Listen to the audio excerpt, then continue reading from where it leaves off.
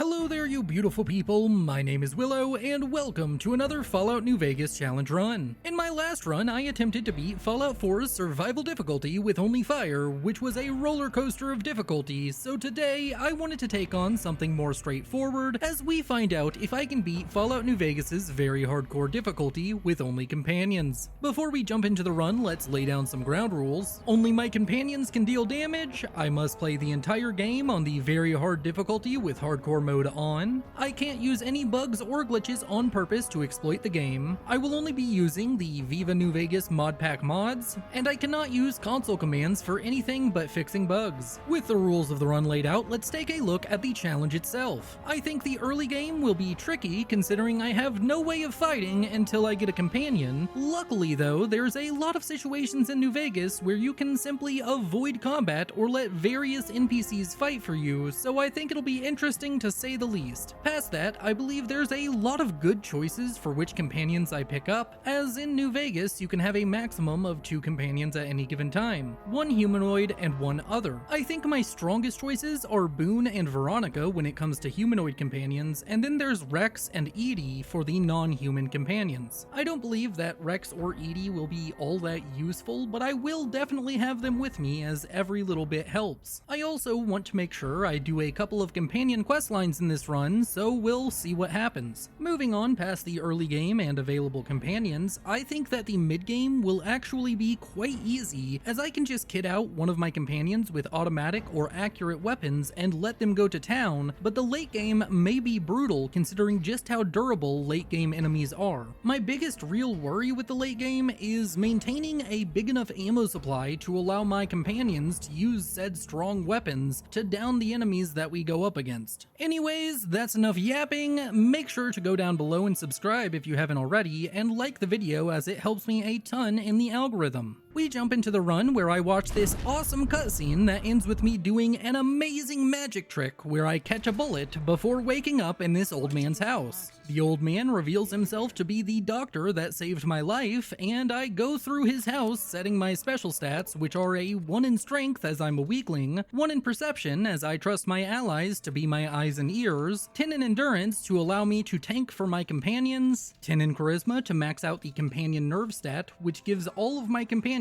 an extra 50% damage and damage threshold boost, 10 in intelligence as I'm a smart boy, 1 in agility because I don't need it, and a 7 in luck because you have to be lucky to make so many good friends. With my special stats set, I go ahead and speed through the Doc's personality quiz, tagging the barter, speech, and medicine skills before taking the good-natured and wild wasteland traits. With character creation complete, I go ahead and do some stealing, fix a gun, and make some drugs in the Doc's house before exiting into the Mojave Wasteland, where I'm blinded by the absolutely stunning views of Atomfall, the brand new single-player first-person action survival game developed by Rebellion, the studio behind Sniper Elite and Zombie Army, which will be launching on March 27th, available on all platforms. It features a focus on surviving in an alternate 1962, 5 years after the Windscale fire, one of the worst nuclear disasters in British history. The game drops you into a quarantine zone in the Lake District of Northern England, and unlike other RPGs, Atomfall doesn't feature a traditional quest system. Instead, the players must investigate and explore the world to uncover and solve an unsettling mystery. You will need to decide who to trust, and every decision matters. Who you help or betray will have real consequences, and all of this is before I even mention that the game allows you to choose your own playstyle and approach interactions in different ways. You can use stealth, melee combat, or a powerful arsenal of weapons to take on your foes in this unforgiving environment. I've played a couple of hours and I'm honestly hooked and really enjoying the game. In fact, I think I might challenge run it at some point, and I find the way it rewards curiosity and scavenging to be refreshing and fun. The best part is you can play Atomfall on Game Pass, Xbox Series X and X, Xbox One, PlayStation 5, PlayStation 4, and even PC using Steam or Epic Games. you really can play it on any platform using my links in the description or pinned comment. Huge thank you to Adamfall for sponsoring this video, and with that, we're gonna get back into the run, where I decide that instead of rushing to get a companion, I want to take on a quest or two first, so I head over to the Prospector Saloon and speak with Sunny Smiles about learning how to survive in the wasteland. I then head out back behind the bar and use a varmint rifle to kill some bottles, which doesn't break the rules as I didn't damage an enemy.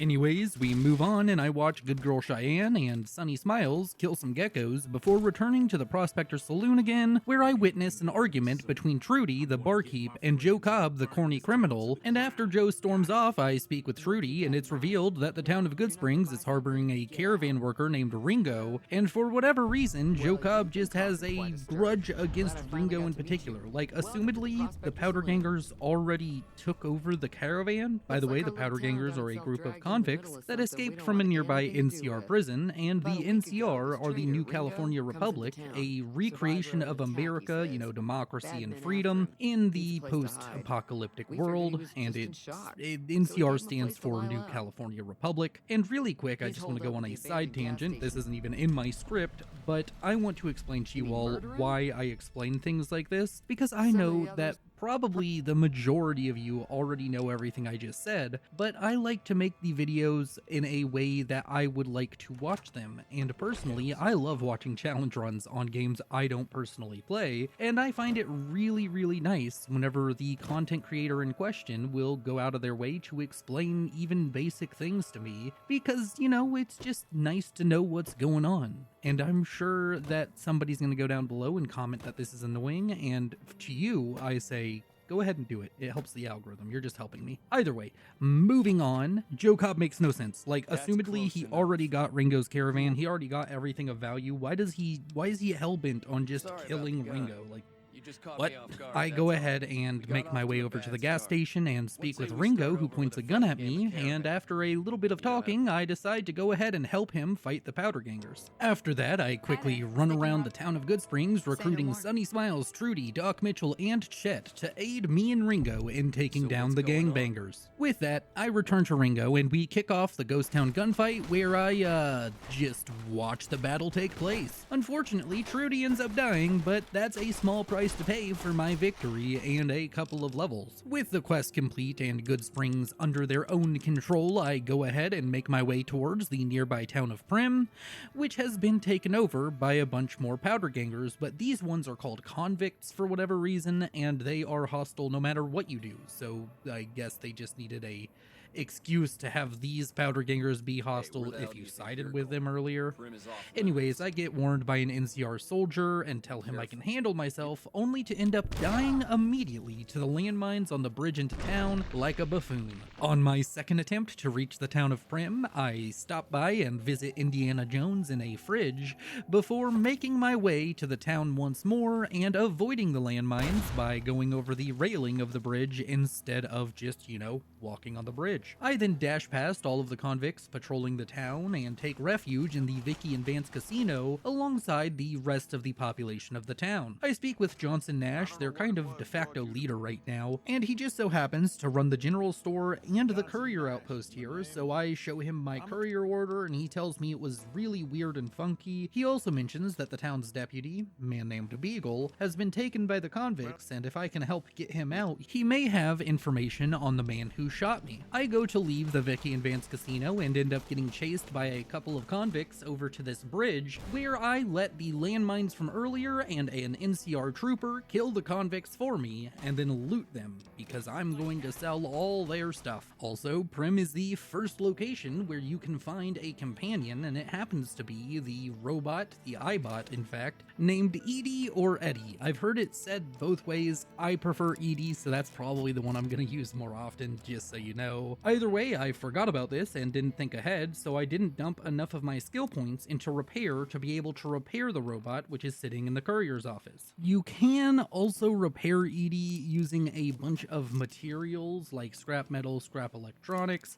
but I don't have that either, and I even went to check with the various traders available to me right now, and nobody really seemed to have enough of what I needed, so we're gonna continue on companionless, and I'm going to go ahead and make my way down south towards the town of Nipton, and along the way I get confronted by these powder gangers, but I forgot to hit record in time. Either way, I lead them into the desert and they have to fight a bunch of ants, and I have no idea who won, but I'm really glad that the ants are fighting battles for me. After that, I reach the town of Nipton and meet everyone's favorite lottery winner Oliver here, and after hearing all about this great lottery, I decide to go ahead and speak with this confusing coyote cosplaying crucifixion connoisseur who wants me to spread the wood.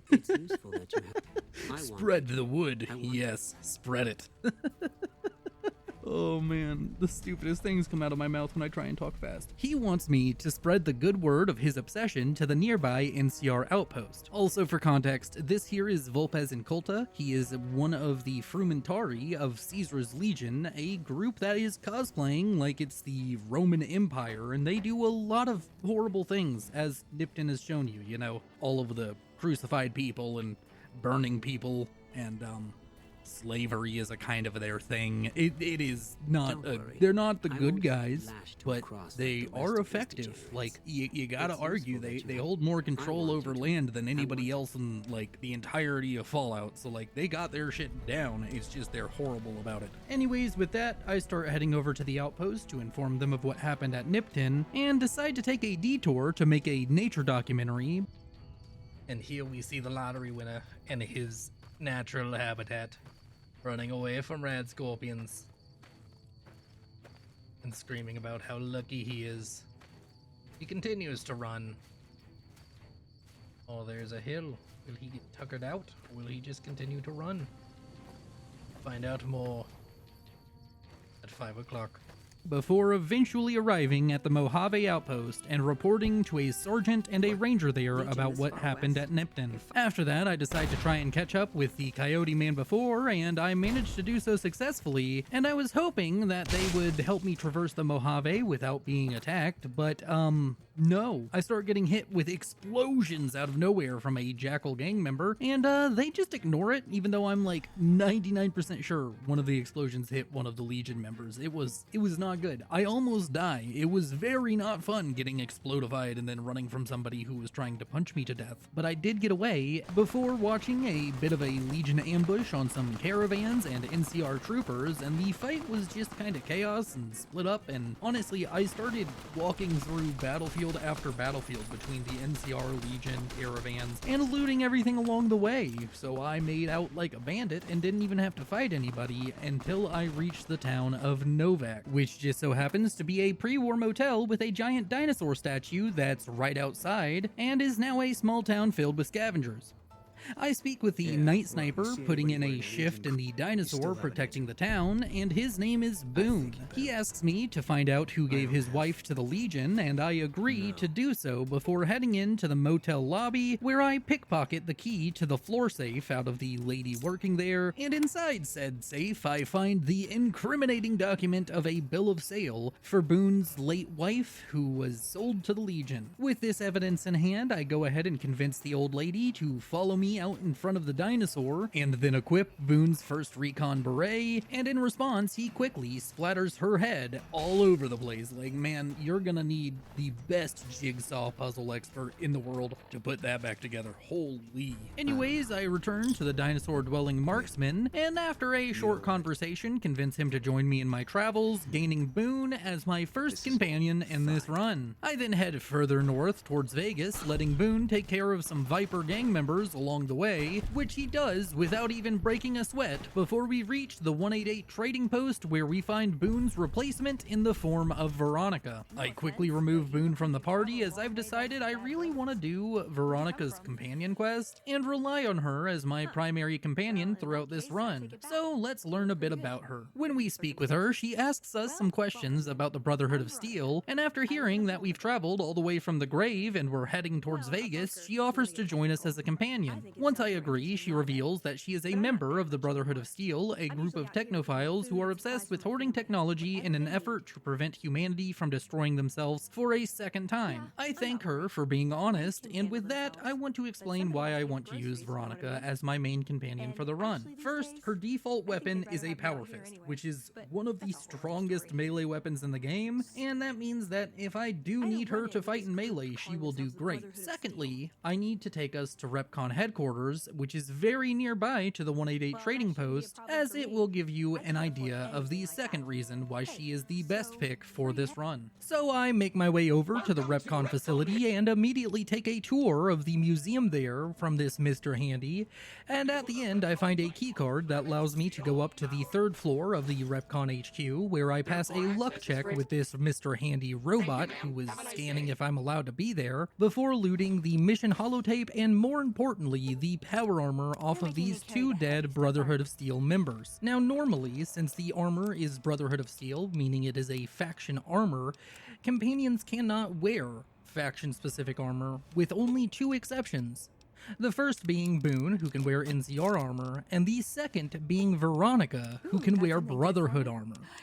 Which means that Veronica is by far the easiest companion in the game to get into power armor, and she is now probably the tankiest individual in the game for the foreseeable future. There's a couple who probably have a slightly higher damage threshold or a lot more HP, but for right now, she is an absolute nightmare for anything we go up against to deal with. I don't even really need to give her a gun. She will just run at and punch anything in the game to death right now. On my way out from the RepCon HQ, I make sure to grab the prototype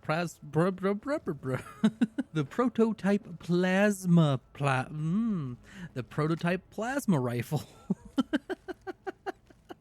Screw it, we're leaving it in. I leave the building and make my way north towards Camp McCarran, where I have Veronica help the NCR fight some fiends. The combat was actually super easy, barely an inconvenience, as the NCR are good distractions and Veronica is quite accurate with a laser rifle I gave her. I collect a bunch of weapons and armor from the dead combatants there before making my way over to the Gunrunner's shop, where I trade with the Protectron, and then head into Freeside, where I sneak into the bathroom of the Silver Rush and steal a tri-beam laser rifle. It's almost broken, so I'll have to earn some caps to repair it, but it's a incredibly powerful weapon. It's arguably one of the best energy weapons in the game, and I'm excited to see what Veronica can do with it. Moving on, I decide to do a little bit more trading around Freeside before navigating my way back to Prim, where I lead everyone's favorite Brotherhood punching enthusiast into the Bison Steve Hotel, where she proceeds to become a lawyer and start divorcing the convicts from their lives. Honestly, how well she did actually kind of surprised me. I know I did just talk her up about being able to just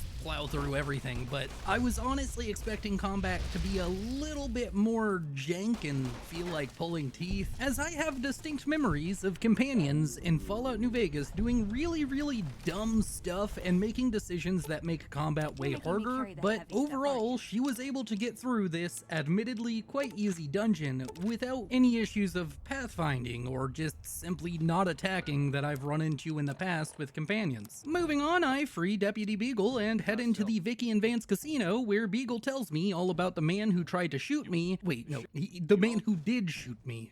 He didn't try. There was no, this is Yoda. There is do or do not. There is no try. He shot me in the freaking face. Either way, he tells me more about the man who shot me, and then asks me to find a new sheriff for the town of Prim. I agree to do so, and then head over to the town's Protectron, Prim Slim, and use my science skill to program him to be the town's new sheriff, and his first act of duty is to fire Beagle as the deputy, so when I speak with Deputy Beagle, it is now just Beagle, and I find it incredibly funny because this guy is annoying, and he deserves nothing good to happen to him. While out and about in the Mojave Wasteland, I've leveled up a few more times, so I return to the courier's office to find that I have a high enough repair skill to repair the iBot Edie, and he is now my companion. As far as robots go, I think the iBot is up there with the Protectron as far as one of my favorites, and I'm really happy to have Eddie on the team, and I think it's gonna be really good to combo him with Veronica, as he's the only secondary companion, or non-human companion I guess is what I called it earlier, who has a ranged attack, meaning that as long as he's in the party I can use him for ranged attacks. I don't know if I'll replace him with Rex later on or not, we'll cross that bridge when we get to it, but for now, I decide to return to Novak and speak with Manny, the day sniper and the dinosaur, and after a short conversation conversation, he reveals that he knows more about the man who shot me, but he'll only give me the information he knows if I help him with a little problem. Apparently, some ghouls have taken over the nearby Repcon test facility. This is a big problem, as Novak requires a bunch of salvage from this test facility to keep itself running and thriving as a settlement, so he asks me to go clear out the ghouls, and I agree to do so. When I arrive at the rocket test site, there are indeed a lot of ghouls, which Veronica and Edie get to work killing by using their various lasers to burn them to a crisp. Overall, combat is going relatively well, and the hardest bit about it so far is making sure that Veronica and Edie aren't getting stuck on terrain and props around the building, because most of the ghouls just die in a couple of attacks from either of my companions, and after dealing with a small horde of them, I eventually make my way up to this section of the building inhabited by a cult of ghouls named the Bright Brotherhood, who are obsessed with making some great journey. They want me to clear out the basement of the building as it's inhabited by invisible demons. So I head downstairs and enter the basement to find a bunch of Nightkin, which are a group of psychotic blue super mutants addicted to stealth boys. Veronica and Edie grind through these gigantic slabs of meat while only almost letting me die one or two times. I also find a makeshift jail with a few dead Bright Brotherhood ghouls before encountering the leader of the Big Blue Uglies, a Nightkin named Davison, who is immediately disarmed by one of Veronica's melee attacks, causing him to just try and punch me, which honestly does pitiful damage as Veronica and Edie dismember him with ruthless efficiency.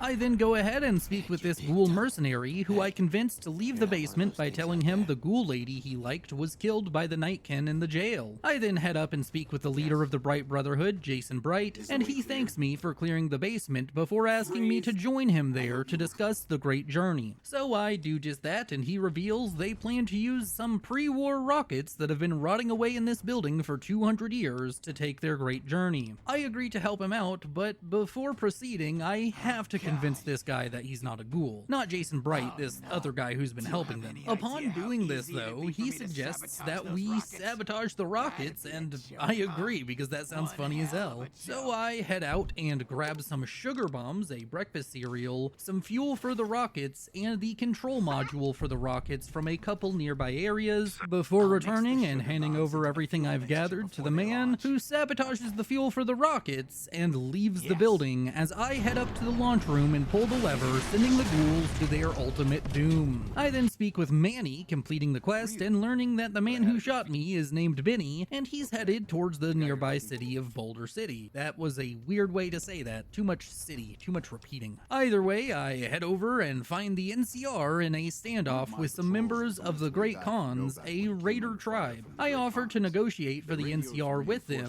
and they let me enter the ruined city. I speak with Jessup, one of the men who helped Benny shoot me, and he gives me a lighter and tells me Benny is back in Vegas. With this info, I go ahead and get him to release the hostages and convince the NCR to let the Khans go. After that, I head over to Freeside once again and make my way into the Atomic Wrangler, where I spend a long time gambling to get my cap stack oh so thick. After a while of taking the establishment to the cleaners, I get told I can't gamble anymore, and from there, I head to the Ultralux Casino on the Strip, and oh boy, I spend an hour gambling here as I just can't seem to get on a winning streak. It was pure suffering, and my live chat was really enjoying themselves watching me struggle, but then I turned the tables by going to Gamora and spending another hour at the slot machine, unable to make any progress, and the chat was very much so not loving it anymore.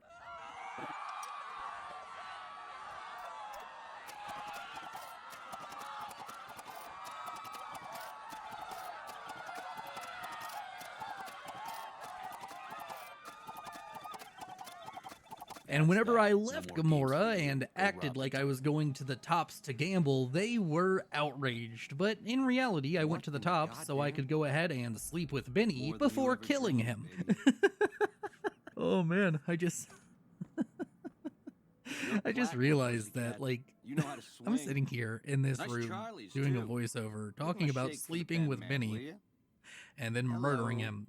Man, that was a nice bit of hay. Life is strange. Anyways, I don't know if this technically breaks the run or, like, invalidates it because, you know, I didn't actually damage Benny. I just clicked a button and he died. Did I do damage? Either way, we're gonna keep going. I don't care. Moving on from Benny's demise, I make my way over to the Lucky 38 and speak with the true king of Vegas, Mr. House, for a while. I attend a TED Talk in his basement about Securitrons before entering his no-no square, where I expose him to some dirty germs before leaving him to his fate of waiting to die. I then talk to Yes Man, a Securitron Benny had reprogrammed to help anyone with anything, and he is very surprised to find out that I've both upgraded the Securitrons using the Platinum chip and killed House before speaking with him. He heads over to the Lucky 38 and I get this nice little cutscene of him actually entering Mr. House's position on the monitors before he tells me that I need to take the Platinum chip and head over to the fort, the main base of the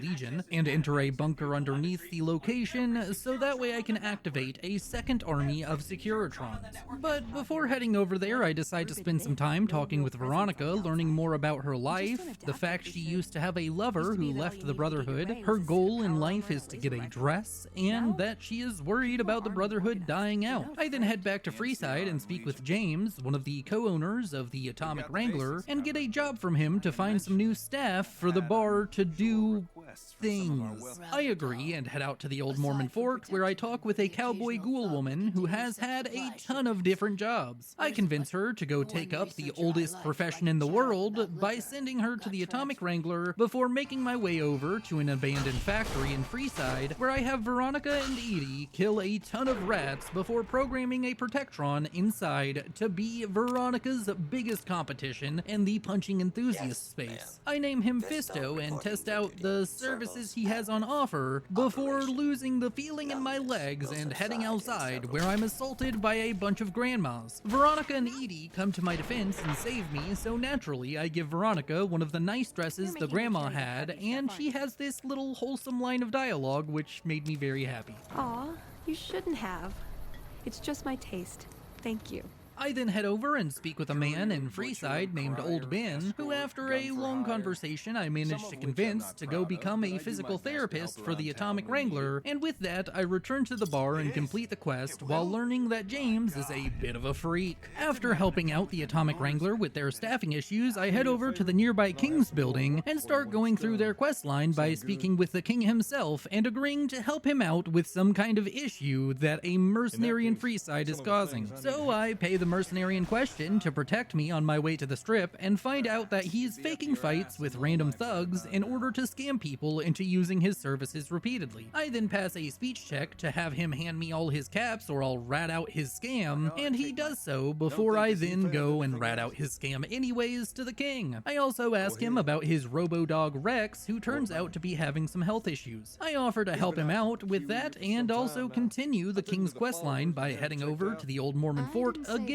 to speak with Julie, who tells me that Rex needs a new brain. After that, I speak with some Freeside residents who have recently gotten into some kind of scuffle, and they tell me they were attacked by some soldier types. I start heading back to report to the king what I learned, but along the way, Veronica pulls me aside and asks me to take her to her home. She wants to try and convince the Brotherhood to recruit new members, and I'll tell her we'll go there soon, before reporting to the king, who sends me to find out more about what happened. I take this little quiz given by an NCR soldier to prove that I'm an NCR citizen before heading over to this building where they're handing out food to citizens of the NCR. NCR. Anyways, I learned that they aren't willing to give any food to the local residents of Freeside because they tried to reach out to the king with an envoy, but that envoy got badly beaten and almost died. So when I return to the king's building, it seems that Pacer, one of the king's enforcers, already knows everything I know, and I end up blackmailing him for a bunch of caps before immediately betraying him and telling the king all about what happened. The king is rightfully a little upset, but then he finds out that there's a fight going on between the NCR soldiers and Pacer and his goons that I need to go fix. I head over to the fight in question and walk past all of the battlefield that's been going on and speak with the leader of the NCR here and convince them to come to a peaceful arrangement where the NCR is going to start helping the local residents of Freeside, and there's is no more need for bloodshed. With that, the King's questline is complete, and I decide that it's time to tackle the last casino on the strip, the Tops. And upon entering this gambling establishment, I practically speedrun hitting the gambling limit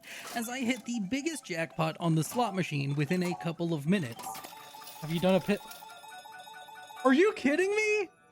Triple oranges already? You've been good to us, baby. Now let us be good to you. We'd like you to enjoy this private suite as long as you're in town. After being cut off from gambling, I enter the theater at the casino and speak with the talent manager there, who asks me to find talent for him, so naturally, I head out and recruit a couple of comedians, a cowboy country singer, and lastly, another singer from a casino who fled from Reno, and honestly, this quest was kinda boring, so I'm glossing over it. After that, I head over to the Vicky and Vance Casino in Prim to gamble some more, but only find some thugs there. I convince them to leave Prim without violence because they would definitely lose before finding out that I can't gamble, so naturally the next thing I decide to do is go get Rex some medical help by making my way to the other side of the map where I find the super mutant settlement of Jacobstown, run by a mutant named Marcus. In the town, I find myself quite lucky as there's a brain surgeon who says he'll help Rex if I find another brain for him to implant into the Cyberdog. With that, I leave the town and make my way over to the Hidden Valley Bunker Complex, which is where the Brotherhood are located. Along the way there, I have Veronica and Rex kill a ton of centaurs so I can grab another set of Brotherhood power armor alongside their mission holotapes from this irradiated crater before entering the bunker, where Veronica puts in a fast food order, allowing us to enter and have a meeting with the Elder. Veronica speaks with him for a bit, and it's apparent that he is dead set on his ways. This frustrates Veronica as the Elder asks me to find his missing holotapes from some of his patrols, and then we go to leave, but a squad of Brotherhood soldiers confronts us and makes it clear they're upset with Veronica going against their codex. Either way, Veronica and I come up with a plan to get some kind of technology to convince the Elder. I then decide to continue my quest for collecting a dog brain for Rex and end up getting into some combat with a bunch of thugs on my way to Cottonwood Cove, an outpost for the Legion where I can take a boat over to the fort. Once at the fort, I talk with this man who trains all the Legion's dogs and convince him to let me have the brain of his best dog, but he wants me to fight said dog to the death in an arena. Now, normally, I'd just give up on getting Rex this brain because it'd invalidate the run, but honestly, in hardcore mode, this brain is the only one worth getting, as it increases the damage threshold of Rex, making him much easier to keep alive, and right now he is a pain to keep alive. In a companion-only run, I believe that doing the best thing for the companion is the right thing, and I don't care if it invalidates the run. The run has failed.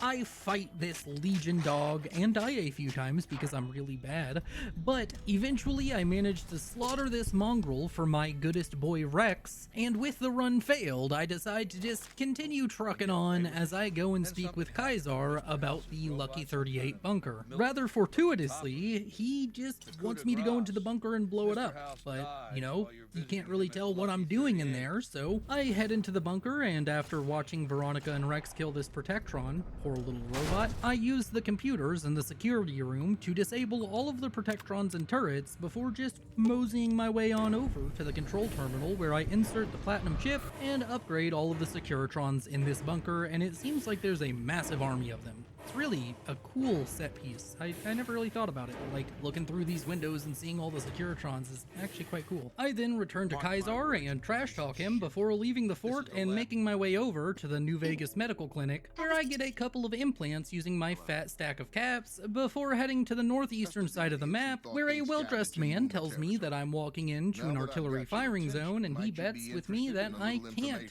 make it to the front gate of the Nellis Air Force Base, and I take that personally. So I just, on my first attempt, run straight to the Nellis Air Force Base without dying and speak with the leader of the Boomers before heading outside and finding a holotape of the last missing patrol of the Brotherhood, and with that, I now have what I need to progress the Brotherhood storyline. But before we do that, I decide to head over to Jacobstown once more, where I have the surgeon install the new brain into Rex, and Rex is so happy about it, and that completes the Rex questline. Also, while I'm here in Jacobstown, town, I decide to help out Marcus, who has some mercenaries who are harassing Jacobstown. I convince them to leave using my big words, and with Rex's quest complete, it's only fitting we move on to Veronica's quest, where we need to go find Father Elijah's, or is it Elder Elijah? The last elder of the freaking Brotherhood. He had a terminal where he was finding new technology that was very scary, and we need to go find this terminal so we can figure out where the technology is and then bring it back to the elder. That's what we're doing. On my way to check said terminal, I'm approached by a Legion spy who tells me there's a bunch of goodies for me that they set aside near Cottonwood Cove. I then check the terminal with Veronica, and she tells me of a few pieces of technology we could try to use to convince the elder. The one that interests me the most is a gun that can apparently destroy power armor and robots with ease. Apparently, it was being stored before the war in Nellis Air Force Base, so we head over, only to discover it was moved to Vault 34. Upon arriving at Vault 34, I get stuck into some of the hardest combat we've run into so far in this run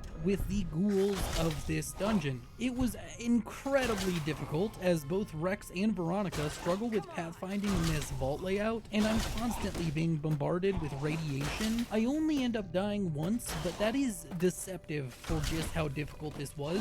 I had so many close calls, and it was just an absolute slog that required me to use a ton of stim packs, keeping Veronica and Rex alive, as well as having to manage radiation, as it nearly killed me a couple of times, and I ran out of both Radix and Radaway in this dungeon that I had been stockpiling throughout this run. That's all without mentioning the fact that the ghouls in here deal considerable damage and take a lot of punishment before they go down. Overall, it's just a huge mess, but through cleverly delegating all of the combat tasks to my allies and not lifting a finger in my own self-defense, I do manage to eventually clear the vault, find this pulse gun, alongside a ton of awesome weapons in the vault's armory, but unfortunately so far, weapons have been mostly dead weight for Veronica to carry around. I have tried letting her use ranged weapons, but she runs out of ammo so quickly, and I've even gone and spent probably like 10,000 caps on ammo so far,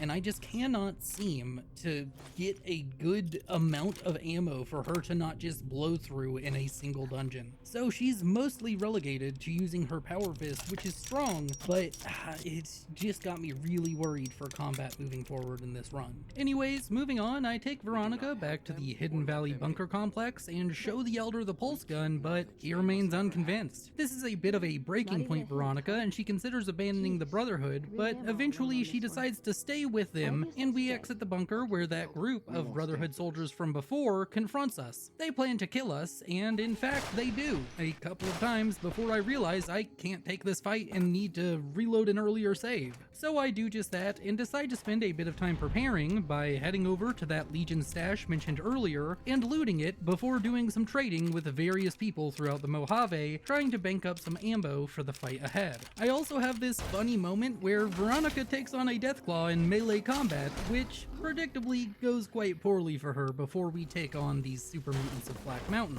The combat with the super mutants is quite fun, as Veronica and Rex can hold their own. In fact, Rex even manages to kill a Nightkin all by himself. We progress all the way through to the top of the mountain, where I repair a Mr. Handy robot, which ends the hostilities on Black Mountain, as their crazy leader Tabitha decides to go back to adventuring with her robot friend. With that done, I go and take on Veronica's quest once more, but this time I convince her to leave the Brotherhood. When we exit the bunker, the soldiers confront us again, but they spare us from death once we reveal that Veronica is leaving the Brotherhood for good. After that conversation, I decide to take Veronica over to a nearby outpost run by the Followers of the Apocalypse. They're a group of good Samaritans trying to provide healthcare and education to various people in the wasteland, and Veronica offers to join them. They tell us to wait a day and return, so I do just that, and we find out that the Brotherhood soldiers from earlier killed everyone at the outpost because they have a raging hatred for Veronica and won't let her help any other faction in the wasteland. With that, we are thrust into combat once more, and it is rough. Both me, Veronica, and Rex die